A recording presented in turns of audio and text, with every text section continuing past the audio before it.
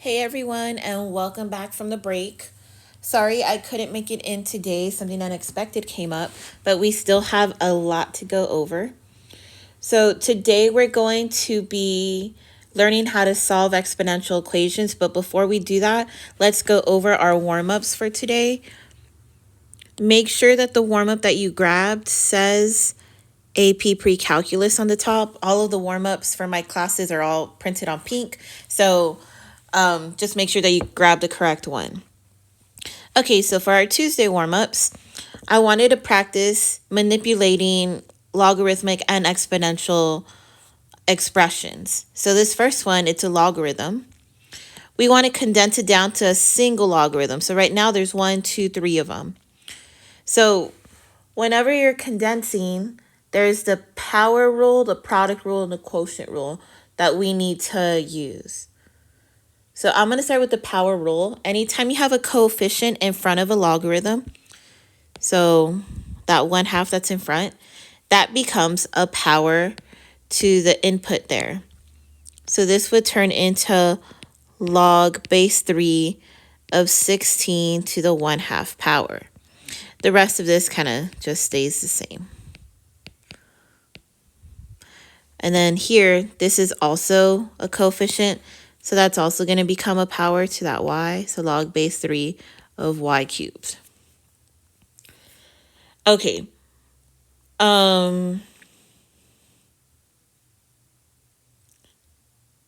Next, I would do the first two. So plus and minus. So this plus sign and this minus sign.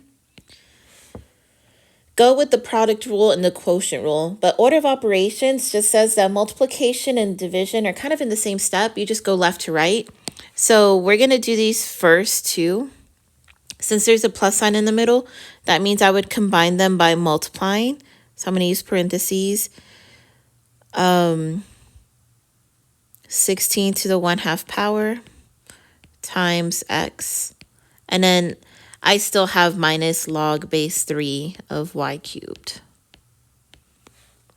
Okay, now I'm going to combine these two, but since it has a minus sign, when you combine them, that is the quotient rule. So this would be log base 3 of 16 to the 1/2 power x over y cubed. So now that it's a single logarithm, just double check that everything is simplified. So the one thing here is 16 to the 1/2 power. So side note, remember that I'm just going to use an x. Anything to the 1/2 power, that's just another notation for square root. So if I have 16 to the 1/2 power, that's like saying square root of 16, which we know to be 4. So I'm just going to change that to a 4. So final answer, log base 3 of 4x over y cubed.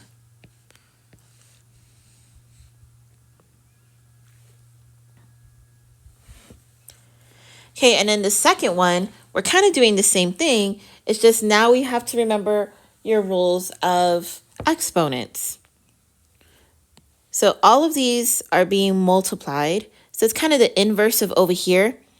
Whenever you have a plus sign, you combine by multiplying. So over here, whenever you have a multiply, you combine by adding. And we could do left to right, so do the first two and then do the second two. But since they're all being multiplied anyway, we could just do all at the same time. Okay, so I'm going to start with my coefficients. The rules of multiplication stay the same. So 3 times 2 times 5 gives me 3 times 2 is 6 times 5 is 30. Okay, now let's do the x's. So I have x squared times x to the negative 7. So the rule when you're multiplying is to add. So we have 2 plus 1 plus negative 7. So that would be 3 minus 7 is to the negative 4. And then now let's go ahead and add all the y's. So the first two are both 1s. So that's y squared plus 3 is y to the 5th. Okay, so 30x to the negative 4, y to the 5th. And then whenever you have a negative exponent, you move that to the denominator. So final answer is 30 y to the 5th over x to the 4th. So this right here just moved to the bottom, became positive.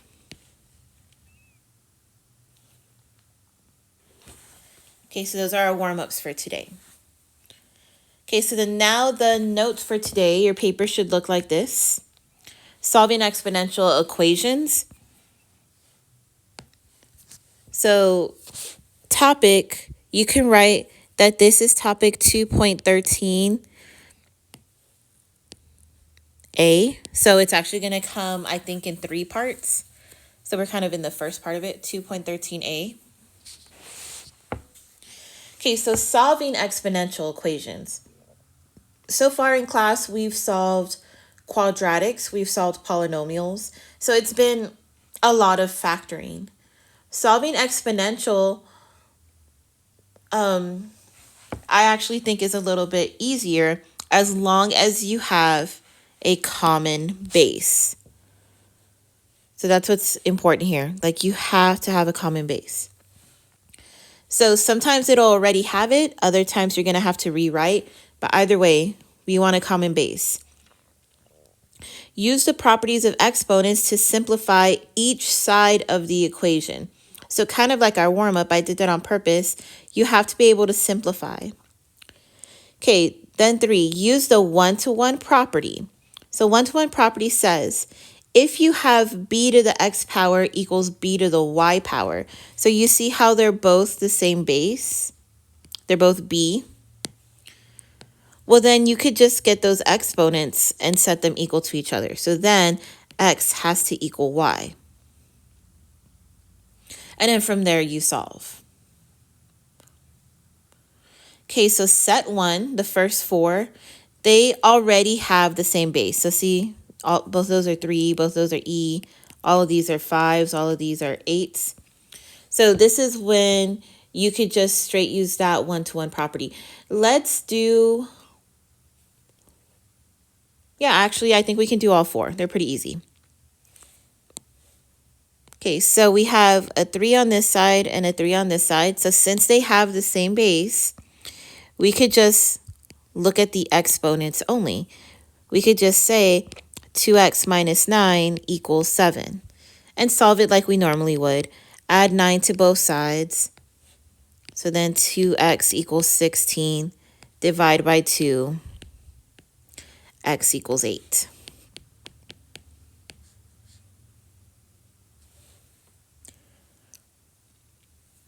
Okay, number 2. So don't get scared with the notation just because it's e. As long as they're the same on both sides, so both are e, that means that we can get the exponents and set them equal. So 4w minus 1 equals 5 minus 2w. I am going to add 2w to both sides. So now I have 6w minus 1 equals 5. Then I'm going to add 1. 6w equals 6. And then divide by 6. W equals 1.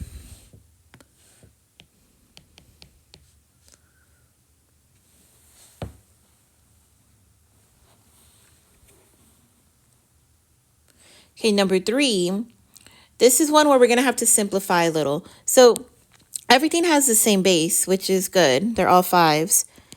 But whenever you're multiplying things with the same base, so remember what we did with our warm-up here, like these were both x's, we added up those exponents. So that's what we're going to have to do. They both have a base of 5, but we're going to add up those exponents.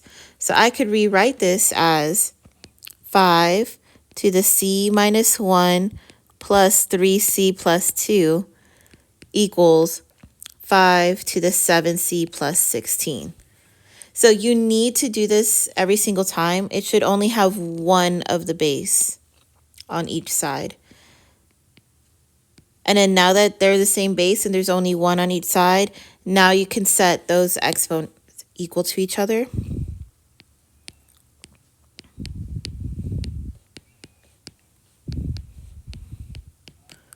Okay, so we're going to combine like terms on the left. So that would be 4c plus 1.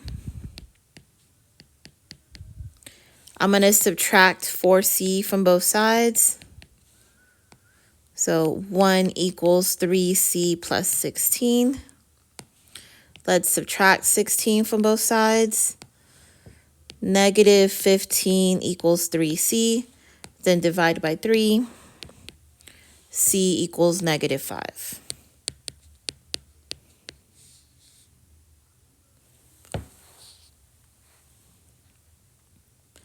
Okay, and then number 4. So all of them are 8s, which is good. But we need to simplify it to where it is only 1 8 on this side and only 1 8 on this side. But since they have the dots here, they're multiplying, that means that we would just add them up. So I think I'm going to skip a step here and add them right now. So that would give me k squared. Then I have plus k plus 2k, so that would be plus 3k minus 9 equals 4k plus 11. Okay, so this one's going to be a little bit more work because it is a quadratic equation. See how we have k squared? So we need this whole thing to equal 0. So what I'm going to do is I'm going to subtract to 4k and I'm going to subtract 11 from both sides. And that gives me k squared minus k minus 20 equals 0. And now that it's equal to 0, we can factor this. Okay, so we have k. I need numbers that multiply to 20 but add up to negative 1. So there's 1 and 20. That's not going to work. 2 and 10. That would be either 8 or 12. 4 and 5. That's going to be the 1. We need it to be negative 1, so this will be a plus 4 minus 5. And then when you solve this, you set each one of these equal to 0. So we're going to have two answers. K can be negative 4 or it could be positive 5. Let me write them separate.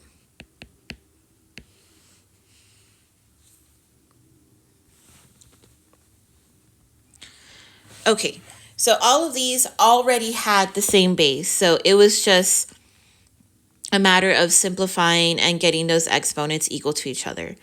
But honestly, more often than not, they're not going to have the same base. So you're going to have to be able to create the same base or make them have the same base.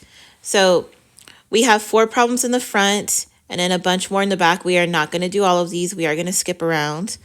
But let's start with the first one just so we can start kind of simple. We have 9 to the 4y minus 26 equals 81.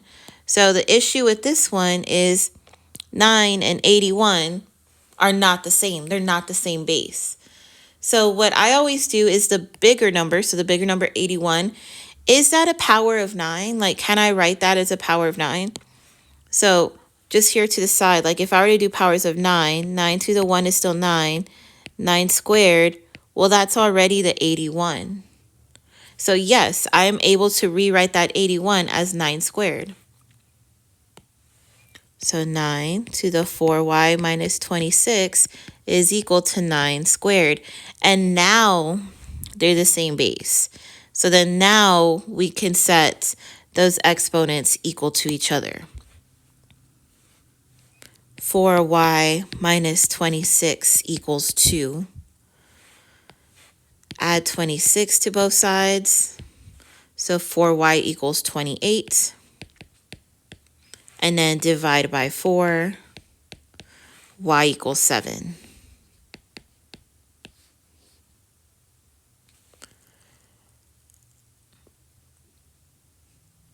Okay, let's move down to number 7. So we're going to do the odd ones.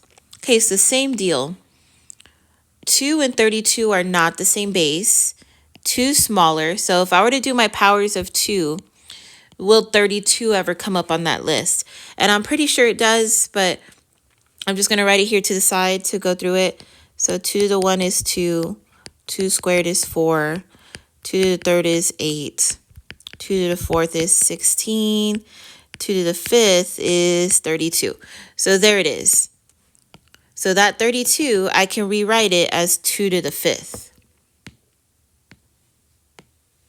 Okay, so 2 to the m minus 9 equals 2 to the fifth, because that's what 32 is. But then that is being raised to the m plus 3.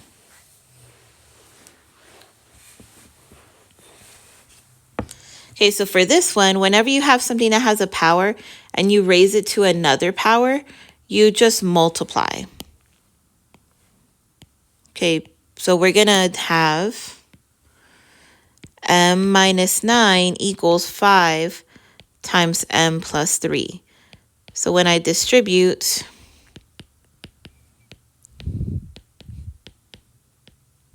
plus 15, I'm going to move m first, so let's subtract m.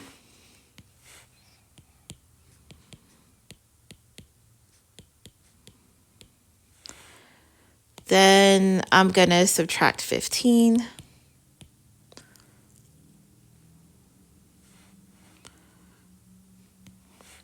That's negative 24 equals 4m. And then we divide by 4, which gives us negative 6.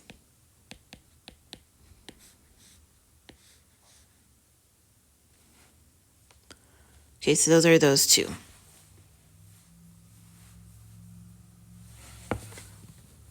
Okay, let's turn to the back. Let's do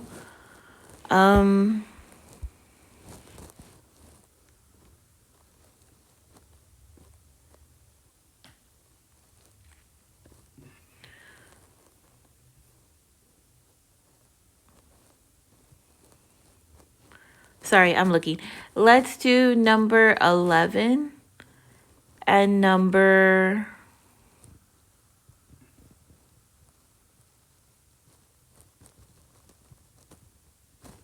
15. Yeah, number 11 and number 15. So we're only going to do 2 more and then we'll stop. Okay, so number 11, 9 to the negative p equals 243 to the 2p plus 6. Okay, so for this one, since 9 is the smaller number and 243 is the bigger number, I would do powers of 9 and see if I get 243. So I honestly don't know my powers of 9, so I'm trying right now. Okay, so we know that 9 to the 1 is 9. 9 squared is 81. But once you do 9 to the third power, 81 times 9 is 729. So 243 would have been somewhere in there.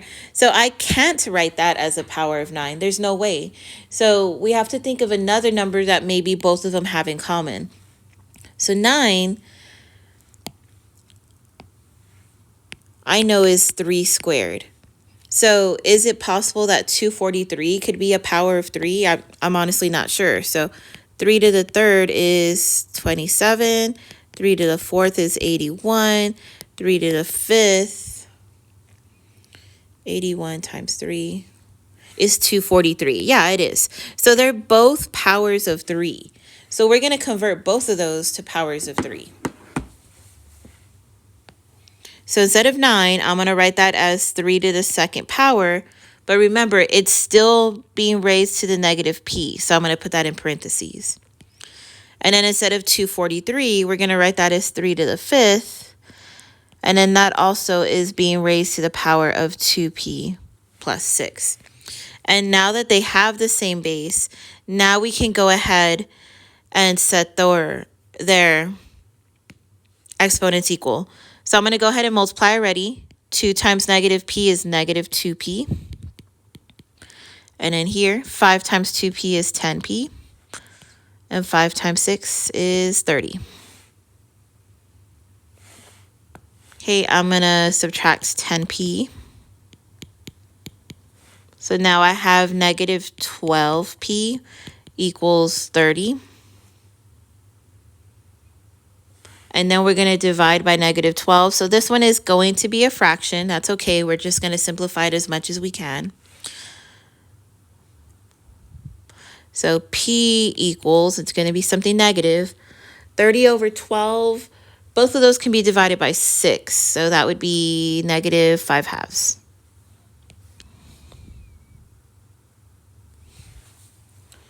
Okay, so this one I wanted to show y'all because we weren't able to make it into 9. We actually had to change both of them in order for them to have the same base.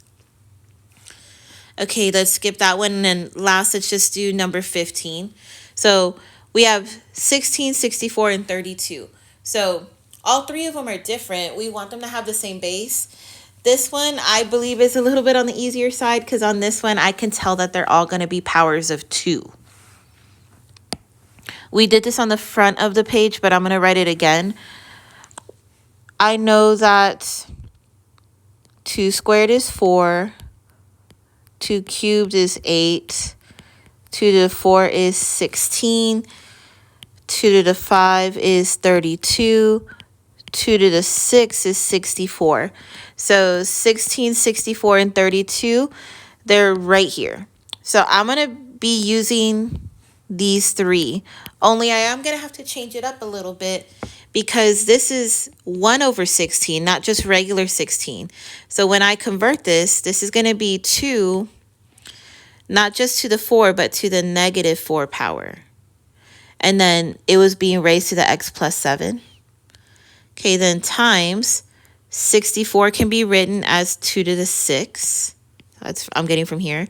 But then it was raised to the x plus 5 equals, okay, 1 over 32. Well, 32 is 2 to the 5th, but since it's a fraction, we're going to have 2 to the negative 5.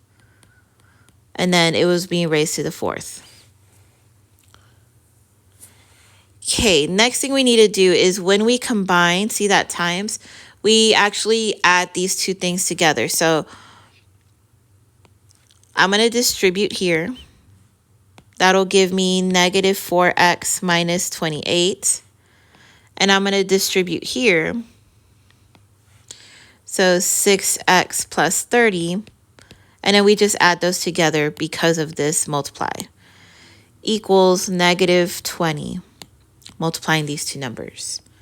Okay, let's combine all of our like terms. So the x's, negative 4 plus 6 would give me 2x. And then the normal numbers would give me plus 2. So subtracting 2 from both sides, 2x equals negative 22. And then divided by 2, x equals negative 11. Okay, so I wanted to do this one because it was kind of easy to see they were going to be powers of 2, but we have to remember about the negatives whenever it's a fraction. Okay, and that's it for our notes today, and hopefully I will see you guys tomorrow.